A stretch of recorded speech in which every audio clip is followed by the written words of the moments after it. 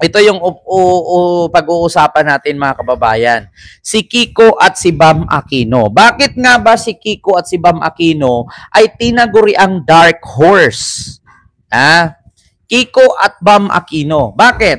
Nakita nyo naman po mga kababayan na sa kabila ng pangangampanya, hindi nyo naririnig si Kiko, wala kayong narinig kay Kiko na may sinabing ganito, sinabing ganyan. Inaasar-asar pa nila, ito, dagat. Wow, dagat. Diba? Nakita nyo si Kiko? Binabastos pa nila. Wala daw nga asahan kay Kiko. Kasi ito, Kiko, pakita ko sa inyo Pangilinan. Wow, dagat. Ginagaya-gaya pa nga ni Jimmy Bundok, sabi ni Jimmy Bundok, ito bundok. Wow, bundok. Di ba? Kasi alam niyo sa totoo lang, mas maganda kasi iboto yung tahimik. Huwag niyo iboto yung maingay. Ito, tingnan niyo. Ito ang dagat. Wow, dagat. Ito ang palayan. Wow, anihan. Ano daw? Ito ang dagat. Wow, dagat. Diba? Ito ang palayan. Wow, anihan. Diba? Narinig niyo? Ito ang dagat. Wow, dagat. Diba? Ginagaya pa nila. Ito ang anihan. Wow, ito palayan. Wow, anihan. Ginagaya-gaya kasi nila. Alam nyo, mga ganyang tao, kung wala namang ginawang masama sa inyo, huwag nyong insultuhin. Tignan nyo, top 5, si Kiko. Edi ngayon, tignan nyo yung mga magagaling ninyong pinili. Di ba? Ito, warrant. Wow, warrant. Di ba? Dito naman kay Bam Aquino. May narinig ba kay Bam Aquino? Wala. Di ba? Kaya nga sabi ko sa inyo, bilang aral na to sa mga politiko, tigilan yung kakasilip ninyo sa problema ng kapwa ninyo politiko. Bakit? Napakadaming politician dyan na minsan yung mga kalaban nila pinaglalait nila. Tignan mo si Sara, nilait si Luistro. Nanalo si Luistro. Di ba? Dagdag points pa yun. Mas lalong naging popular si Jinky Luistro. Tignan nyo si Vic Soto, si Vico Soto. Tinira nung kalaban kasi DDS. Tignan nyo ang boto ng kalaban ni Vico Soto. Wow, nga. Sabi ko sa inyo, Ma'am Junilin Paharilyo, may galap siya rin sa Bangkok, Thailand. Ito, warrant. Wow, warrant ni Bato at Bungo. Diba? Tigil-tigilan nyo yung mga ganyan, mga kababayan. Kasi, lesson learned yan. Tingnan nyo kung bakit ko natawag na tinaguri ang dark horse. Itong si Kiko at si Bam Aquino. Wala, actually, nakakagulat. Nakakagulat mga kababayan. Bakit? Kung sino pa yung hindi pasok sa survey, kung sino pa yung hindi natutungtong sa top 1, 2, 3, 4, 5, siya pa yung pumasok sa top 5, diba?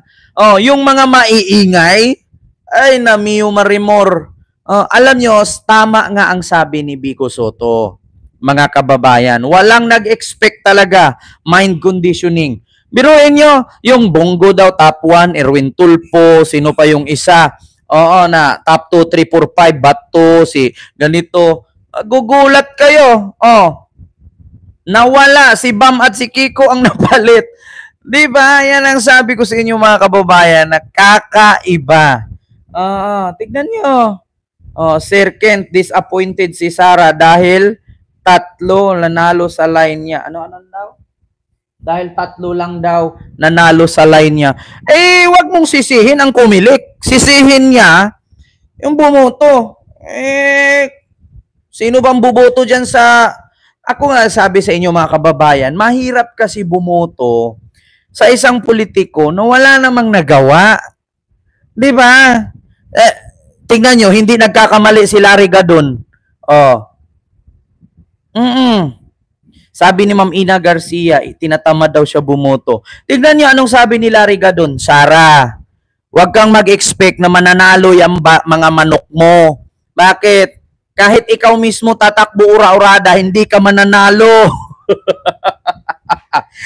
Anong sabi ni Larry Gadon? Di ba nagkakatotoo naman? Ano sabi ni Larry Gadon? Yang mga manok mo, Sara, nanalo ka lang nung vice president ka ni BBM kasi yung tatay mo nasa posisyon pa, kakababa lang. Ngayon na napatunayan ng taong bayan na ang tatay mo may kasalanan, kasi kung walang kasalanan yan, hindi yan makukulong. So, ibig sabihin, nakulong, hindi nakauwi, hindi nakalaya, may kasalanan. Malinaw pa sa sikat ng reflection sa bunbunan ni Bato na may kasalanan si Digongyo. So ngayon, ang tao, syempre tinitignan nila, oo nga naman. Kung walang kasalanan to, edi sana nakauwi. 'Di ba? Edi sana, sabi ni Marita na bugtong, ang pangit ng apelyido mong putang ina mo ka. Alam nga, kita ka bang vlogger hindi magdadaldal? Putang ina mo. Vlogger ako, kailangan ko magdaldal, hindi ako sexy, hindi ako bold star na mag-iiyot-iyot walang sounds. Diba? Alam mo, maraming DDS, ang putang inang mga DDS, ang bobobo. Tignan nyo, umuulan na lahat-lahat, bobo pa rin kayo. Diba? Tigilan ko daw kakadaldal, subukan mo dito, mag-live ako tapos gaganon-ganon ako. Sige mo kung maiintindihan mo ba, bobo ka na nga, hindi mo na nga naintindihan, nagdaldal ako tapos magkukul sign lang ako dito. Magaganon-ganon? Gaganon? Putang ina. Vlogger ako, kailangan ko magdaldal. Ang bobo nyo talaga mga DDS. Tignan nyo, sabi ko nga sa inyo, sa kakadaldal ng politiko ninyo, yun yung mga natatalo. Ako dito, kahit magdaldal ako buong araw, maraming nunood sa akin. Bakit? Totoo ang sinasabi ko. Kung walang kasalanan si Digongyo, nakalaya na dapat yan. Ba't hanggang ngayon nakakulong pa rin? Kasi nga may kasalanan, tang ina nyo, mga DDS. Masarap yung malutong, no? Diba? Basta DDS, bobo na, baliw na, huwag kayo magpaulan, madagdagan yung kabaliwan ninyo. Tignan nyo, kaya ko tinatawag na dark horse, itong si Bam at si Kiko, wala sa survey. Nagpapatunay lang, mga kababayan, na sulit talaga ang kakamping. Ako nagsabi sa inyo, sulit na sulit ang kakamping. Alam nyo, sa totoo lang, sa 2028, ako, nagsabi na ako sa inyo, sa 2028, inaantay ko lang na tatakbong presidente si Mama Leni at mag-vice president si Trillanes. Yan ang inaantay ko. Vice President Trillanes, President Mama Leni. Sabi ko sa inyo, kung walang Marcos, magkakamping ako. Much better pa sa kakamping ka. Di bali nang tawagin mong lutang, at least hindi kawatan. Di ba? Lanner Vlog, mega love shoutout po. Di bali nang tawagin yung lutang, at least hindi magnanakaw at hindi kawatan at hindi kriminal. Walang confidential fund. 75 lang ang bodyguards, hindi 433. Di ba, Mama Leni? Yun yan. Antayin ko lang 2028, Mama Leni. Ito yung dating ng baboy sa'yo na susuporta sa'yo ngayon. Inaantay ko. Dito ko napapaniwala ang sarili ko na ang sulit talaga ng kakamping. Hindi mo kailangan ng hakot eh. Hindi mo kailangan, sabi ni Joseph Adorable, di bali na basta hindi bayot. Di bali na bayot, at least hindi tumboy. Baka akala mo, Joseph, si Lustay at yung jowa ni Lustay na nahimatay sa Quadcom, hindi magjowa yun. Di bali nang tawagin yung lutang, at least hindi kawatan. Bakit? Lutang man ang aming presidente sa 2028, kaysa naman sa hindi nga lutang, magugulat ka, naubos mo yung pera ng bayan, ninakaw na pala. Huwag na. Alam nyo mga kababayan, sabi nga ni Vico Soto, ayaw na ng tao ng traditional politics. Bakit? Ang traditional politics, ano ba ibig sabihin ng traditional politics? Bibigyan ka ng ayuda, iboto mo. Bibigyan ka 500, iboto mo. Tapos pag nanalo, walang nangyari. Nangako, pag ako nanalo, gagawin kong syudad itong lalawigan. Ending, natapos ng termino, lalawigan pa rin, mahirap pa rin. 'Di ba?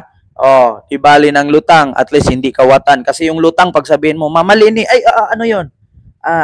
naantok ka lang, ito na, yung project mo. Ah, okay na ba, Ken? Thank you. Mahal na mahal ko kayo. Lalaban ako. Hindi ko makakalimutan. Gaganon agad. Eh, yung lustay ninyo, alam nyo, Mr. Chair, okay naman.